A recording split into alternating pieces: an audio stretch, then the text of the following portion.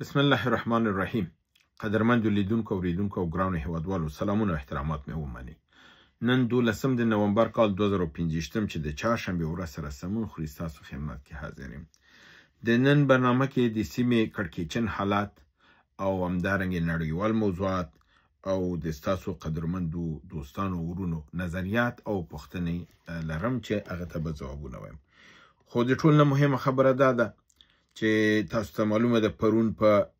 هندوستان کې په لال قلعه په ډیلی کې د موټر انفجار وشو چې هغې کې کافي کسان زخمی او مړه شوي دي. او همدارنګې پرون بله ورځ په د پاکستان په سره محکمه کې یو انفجار وشو چې هغې باندې دوی نوم د دې کېښوده چې د سلنډر الوتی دی. خو نن یو ځلې بیا د پاکستان د سترې محکمې په پارکینګ په صحن کې یو لوی انفجار وشو چې د دې په نتیجه کې 12 تنه مړه او 15 زخمیان دي او صحنې نه قاضیان او وکیلان ټول د شاته دروازې نه تښتېدلي دي. د پاکستان حکومت له 12 ساعت هم د واقعې نه پوره نه دي. وخته تحقیقات دا کړی دی چې دې باندې نوم ایښی خوارج افغاني. دا هم نه وایي چې ټي ټي پي یا فرضاً پاکستاني کم دغه وایي چې خوارج افغاني دا کار یې کړی دی. دلته دا سوال پیښیږي چې دوی ولې خپل ګریوان کې سر نه کوزوي چې دا د کابل نه د بارډر نه اوښتل، د پېښور د چک پوینټونو نه تېرېدل، د اسلام آباد د بارډر نه تېرېدل، بیا د اسلام آباد ښار ته داخلېدل، بیا صحنه د سترې محکمې ته رارسېدل. آیا د دوی دا حکومت او د دوی د اردو او امنیت ټول مړ دی؟ دا مړ دی چې دی دومره دغه دی، او که بیا مړ دی بیا ځان ته شپږم طاقت او نظامي او حکومت دی بیا نه وي، بیا د تسلیم شي افغانستان ته، تسلیم دي شي چې همدا امارت اسلامي د دوی نظام جوړ کړي او امنیت ورته راولي. چې تاسو کې دا همت نشته چې مخه ونیسئ، هغه ستا تر ګریوانه رارسېږي، بیا ته وایې چې خوارج افغاني. راځم دې ته چې په هند کې هم د دغه واقع چې شوی وه هغې خپل تحقیقات دغه کړي دي. هند ادعا دا کوي چې د دې واقع چې شوې ده په دې کې د لشکر طیبه چې د پاکستان په حساب پراکسي یو دغه ده چې هند په مقابل کې جنګیږي، هغې لاس دی. او پاکستان د خپل د واقعي پړله په افغانستان اچوي، یعنې اتهام په اتهام باندې دی. پاکستان په افغانستان باندې زور رسیږي او د هندوستان په پاکستان باندې زور رسیږي. هندوستان دا ادعا کړې ده چې 3 کسان یې نیولي دي، ډاکټر احمد محی الدین، محمد سهیل او آزاد سلیمان، چې دا د داعش خراسان د شاخه هند د ترهګرۍ ډلې د پلانونو دغه په حساب پلان کوونکي وو. دوی د ډیلی، حیدرآباد او د لکنو په ښارونو کې په معبدونو کې د اوبو او د خوراک په دغو کې زهر اچول تر څو خلک مړه کړي او زیات نه زیات خلکو ته زیان ورسوي. همدارنګې هند وایي چې د څو مودې مخکې د یو روسي 14 کلن ځوان چې د ټولنیزو رسنیو کې داعش ته فعالیت کو هغه هم نیولی دی. هند هم وایي چې پرونی چاودنه مسؤلیت د پاکستان میشته لشکر طیبې په غاړه اخیستی دی، چې هغه تاسو معلومه ده چې د هغې بیس او مرکز په لاهور، په شیخپوره او په دغه کې دی، په سیالکوټ په ساحو کې دی. نو په دې اساس باندې د هندوستان ادعا د پاکستان باندې ده او د پاکستان د خپل د ناکامۍ پړله په افغانستان اچوي او وایي چې خوارج افغاني دا کار یې کړی دی. اوس دلته حالات په کړکېچن دي. هندوستان به په پاکستان حمله کوي، که پاکستان که په افغانستان حمله کوي، افغانستان به بیرته راننوځي په پاکستان. نو د هندوستان او د افغانستان زور خو پاکستان نه لري چې دوه به یې باندې شول، نو دا ګټ چې دی دا به راچپه کېږي او دې سر به غوسېږي. نو حالات په دې رقم ته کړکېچن روان دي او هندوستان دا ادعا کړې ده داعش خراسان تاسو معلومه ده چې دا په پاکستان کې ټریننګ کېږي. د دې اسناد موجود دي، ایران سره د اسناد شته، افغانستان سره شته، هندوستان سره شته. بنان د 3 واړه ملکونه په دې پاکستان باندې اسناد لري. اما دا چې پاکستان په ظرف د 12 ساعتو کې واقع وشي او بیا داسې دا تحقیقات هم وکړي چې دا نفران چې راغلي د افغانانو او دا انتحاري افغانانو کړي ده او دا په افغانستان کې او وخت دام تحقیقات وکړل چې د دوی تماسونه په وخت انتحار کې او دغه کې د افغانستان سره هدایت اغېزنه اخیستل یعنی د دومره لوی د ټکنالوژي دی د کم نه کړله. هندوستان غونې مملکت په 40 ساعتو کې دا نشي معلومولی چې دا واقع چا کړی دی. په ظرف د 10 ساعتو کې دا شی معلوم که نو معلومیږي چې خبره واقعیت نه لري بلکې یو دروغ دی چې پلمې لټوي د افغانستان لپاره. په نړیوالو خبرونو کې دویم خبر دا دی چې امریکا د یمن په شبو خار او د خورا خار باندې مرغه باندې په آبین باندې چې دا نږدې خارونه دي د شهر بیدا سره په دې باندې شدیده بمباري کړې ده او ویلي دي چې دلته د القاعده مرکزونه او د لمنځه وړي دي او بل خصوص د آبین په څه کې ویلي دي چې دلته د قرارګاه نظامی دي القاعده و چې د دې ځنه د ایران او د حوثیانو په حمایت سره د امریکای د مفاداتو په خلاف باندې کېدل نو ځکه دوی په بمبارد کړي. همدارنګه امریکایي هوایي ځواکونو د ونزویلا په 2 نورې کشتیګانې په دې شک باندې وهلي دي او له منځه وړي دي چې دې کې مواد مخدر انتقالېدل. په دې کې 6 کسه وژل شوي دي. په مجموعاً د کوم وخت چې امریکا د ونزویلا کریبین ساحې ته راغلې ده 6 کسه تر اوسه دوی وژلي دي. همدارنګه د ترکیه وزیر خارجه آکان فیدان چې د امریکای ته ځان را رسولی دی او الته تاسو معلومه ده چې جولانی هم په امریکای کې دی نو بناهن جولانی د همدارنګه آکان فیدان او د امریکا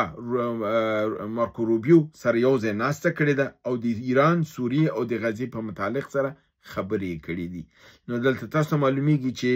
لوبه سرنګ روانه ده ځکه چې پرون چې ما تاسو ته ویلو چې الجولانی چې تلو مخکې دینه چې د ټرمپ او نورو ملاقاتو کې هغه مازیګری خپل ساتریه د باسکټبال لوبه د امریکا د قواو د سنکام د قومندان سره کړی ده او بعض خلک وایي دا خو ډېر هوښیار دی هوښیارۍ نه دا کار کړی. تاسو ماته دومره ویلی شي چې د امریکا د سنکام قومندان د دنیا څومره رئیس جمهورانو د سره باسکټبال کوي او بیا د هغه چا سره باسکټبال کوي چې هغه ته دوی ویل چې دا تروریستو دونه دوی سره مینه او محبت زیات شو چې هغه تروریستو دوی سره باسکټبال کوي. خو دا خپله ثابتوي چې دا د امریکې ایجنټو د CIA ایجنټو جهاد سره خیانت کړی دی جهاد خرڅ کړی دی خپل ملت او مجاهدین غولولي دي نن ځکه هغه مجاهدین د په خلاف باندې ولاړ دي او د نظام په مقابل کې د سره جهاد کوي. اما زموږ په افغانستان کې اوس هم ډېر احمقان دي چې اوس هم ماته لیکي پخوام مجاهد او اوس هم مجاهد او پاینده کې به مجاهدي. دا ستاسو سره کم ایمان دی. تاسو په شخص باندې ایمان لرئ که په قرآن او په رفتار د سنت د پیغمبر باندې ایمان لرئ. دینه معلومیږي ستاسو ایمان کې بالکل ذره ایمان نشته دی. تاسو افرادو ته ګوري ایمان راوړئ. آیا د پیغمبر صلی الله علیه وسلم په وخت کې په د غزې په دغه کې کسان نو چې پیغمبر د خدای به ویل دا منافقین دي د دې نه ځان لري ساتي دا جهاد ته نه دی راغلي. نو داسې نشي کېدلی چې دا د جهاد په دغه کې یو منافق را ننوتي او جهاد یې بدنام کړي او تاسو اوس هم ترې نه دفاع کوئ. شرم او حیا نشته دی. سترګې نه لري ضمیر نه لري احساس نه لري چې یو نفر دا کې چې مجاهدو خو مجاهدو د مجاهد په نوم کې د بیرغ لاندې امریکا سره لار اچولې وه ټول جهاد یې خرڅ کړ اوس د امریکا اډه بیرته راځي سوریې ته. نو دا مجاهد همدا کول چې امریکا یې بیرته راوصله که دې امریکا راوصلو دا مجاهدو خیر دا تاسو ولې بیا جهاد کوو د امریکې په مقابل کې هلته خپله د جهاد ته یې دی چې دا جهاد د امریکې په مقابل جایز و او دلته چې دی بیرته امریکا راولي وایي دا خو هوښیار مجاهد دی. لعنت دی په دې هوښیار مجاهد چې تاسو باندې ورسره چې څوک د دې دفاع کوي. بل نړیوال خبر دا دی چې د چین او د جاپان ترمنځ د لفظي تشنج ډېر زیات شوی دی پس له هغې نه چې د جاپان نوي صدر اعظم ساناتای کایچي په خپل خبرو کې د تایوان په متعلق نظریات اظهار کړل او هغه چین د خپل خاورې ته تهدید وګڼه او هغې ویل چې نړۍ ون چاینا پالیسي باندې معتقده ده او دا نړۍ منلې ده. ون چاینا پالیسي کې تایوان د یو چین خاوره حصه ده. نو دې نه معلومیږي چې جاپان د یو بل تشنج او جنګ لپاره د آمادګي نیسي. دا به د جاپان لپاره ښه نه وي او همده لپاره چین ورته ګواښ کړی دی چې دا نوی صدر اعظم چې دی ورته داسې ښکاره کړي ته بې تجربې ته راغلی د اور ته لمن وهي او دا اور لمن به ته وسوځوي. راځمه د ستاسو د پوښتنو ته. افغان ساحد وایي آیا د یوکراین دا احصایه رسنیو چې ورکړل شوې ده آیا د امریکا او د اروپا هم تاوان به نه وي اوښتی؟ بالکل اکثره ورونو په دې احصایې باندې ډیر زیات تعجب ښکاره کړی دی او بالکل د تعجب وړ دی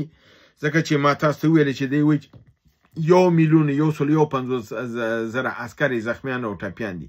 در حالی چې د روسیې ټول د عسکرو تعداد 1,300,000 دی نو د معنا دا ده که 1,150,000 دی وهلي او وژلي نو هلته خو روسیې ته 1.5 لک عسکر پاتې دي نو دا ښکاره خبر ده چې دا احصایه صحیح نه ده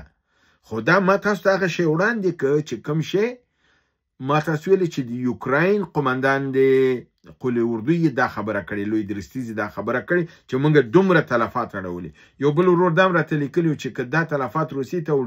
اوښتي نو څومره تلفات به یوکراین ته اوښتي که دومره روسیې ته اوښتي د 4 چنده یوکراین ته اوښتي دي ښکاره خبر ده دا احصایه دقیقه نه ښکاري منتها څه شی چې ما تاسو ته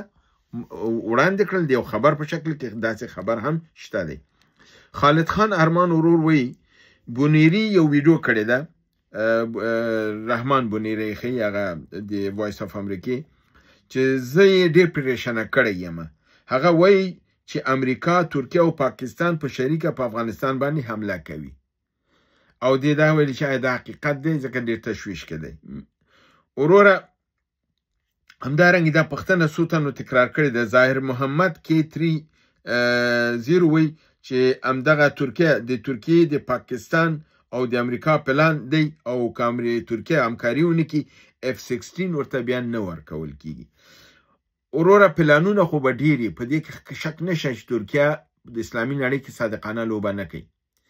او ډېره کاظمه او په دې باندې ما کافي بحثونه کړي دي خو که دا وایي چې امریکا ترکیه او پاکستان یو ځای په افغانستان حمله کوي زه فکر کوم دا د حقایقو نه لرې خبره ده دا یو تصور دی یو چا ذهني دغه دی او زه فکر نه کوم چې بونیري دا خبره په دې رقم کړې وسی کېدای شي د دوستانو غلط اورېدلي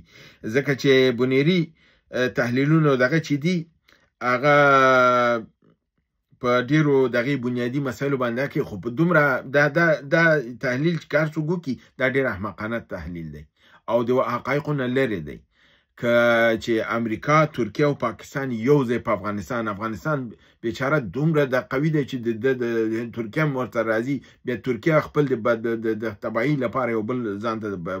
برنامه جوړي درسته ده چې اسلامي نړۍ کې په سوریه کې غلطه لوبه وکړله د اسرائیل ترڅنګ ولاړ دی مګر هغه په لفافه کې دا کارونه کوي علني نه راځي ځکه افغانستان سره د ټول نه ښه روابط چې دي د ترکیې دي او د ترکیې اړیکې د اسلامي امارت سره ډېرې نږدې دي په دې اساس باندې زه فکر کوم چې دا خبره کاملا غلطه ده او درسته نه ده ټینګو ټي په نامه یو ورور ویلي چې آیا د هند او د پاکستان ترمنځ به جنگ وشي زه فکر کوم چې جنگ کیږي او هندوستان به حتما په پاکستان باندې برید کوي شالوم الون ورور وایي چې یتیموف شکایت د یتیموف شکایت داسې ښکاري لکه څوک چې د خپلو زخمونو شکایت سیاد ته کوي یعنې ښکارچي ته کوي نو بالکل همداسې خبر ده دا خبره بالکل زه تاییدوم چې د هلته امریکا ته پرون ما تاسو دا وویلې چې دا پلان د امریکې دی په دې سیمه کې نو که ته امریکې ته وایي دا پاکستان دا لوبه شروع کړې ده هغه پوهېږي دا لوبه هغه شروع کړې ده دا درسته ده چې پاکستان غلطو فریبکارانه مسایلو نه د دوغلهبازۍ نه کار اخلي منتها دا لوبه د امریکې ده او امریکې ته شکایت کول معنا دا ده چې د خپل د ښکارچي ته د هغې د ښکار د زخمونو شکایت دی دا کاملا دی ورور صحیح ویلی دي عبدالخلیل پوپل وایي چې ترکیه لکه د پاکستان قابل د اعتماد نه ده او باید د موضوع باندې ډیر زیات غور او بررسي وشي بالکل که دقیق تاسو ویلی دي ترکیه هم قابل اعتماد نه ده ځکه چې غلطې لوبې اسلامي نړۍ کې شروع کړي دي او بالخصوص د سوریې په هکله بیا د اسرائیل سره همکاریګانې د دوغله لوبه او د ډبل لوبه کوي فرشته ستار خور لیکلي دي چې د تیموف خبرې د ټرمپ په مقابل کې کیدای شي دا داسې شکل کې دی کړي وسی چې هغه دې ته متوجه کړي چې دا مداخلې چې په دې سیمه کې دي دا کامیابیږي نه او دا ناکامیږي بنان د اور دغې ته لمن مه وهئ دا تاسو ته ضرر کوي او د داسې ښکاره کوي چې یعنې دی هم پوهېږي چې هغه دا لوبه د هغه ده یعنی د یتیموف په دې پوهېږي دا لوبه د هغه ده، نو داسې نه دي کړي چې هغې ته پوه کړی اوسي، بلکې هغې ته د کنایې په شکل کې دا خبره کړې ده چې دا کومه لوبه پاکستان دلته کوي، یعنی تی کوي، دا د نړۍ ستاسو په ګټه نه ده، دې کې به ټول وسوځېږي. دا خو داسې کړي ممکنه ده داسې وشي، دا هم یو اړخ د تحلیل کېدی شي چې دی خو په دې پوهېږي چې امریکا یې دې شاته ده، نو مستقیما ورته خبره نه شو کولی. د کېدی شي د عاصم منیر په لارې ورته کړي چې عاصم منیر او دی چې دا کومه لوبه کوي دا درسته نه ده، دا ته مخه یې ونیسه، یعنی خپل هغه لوبه چې ته کوې صحیح نه ده، هغې مخه ونیسه. آخري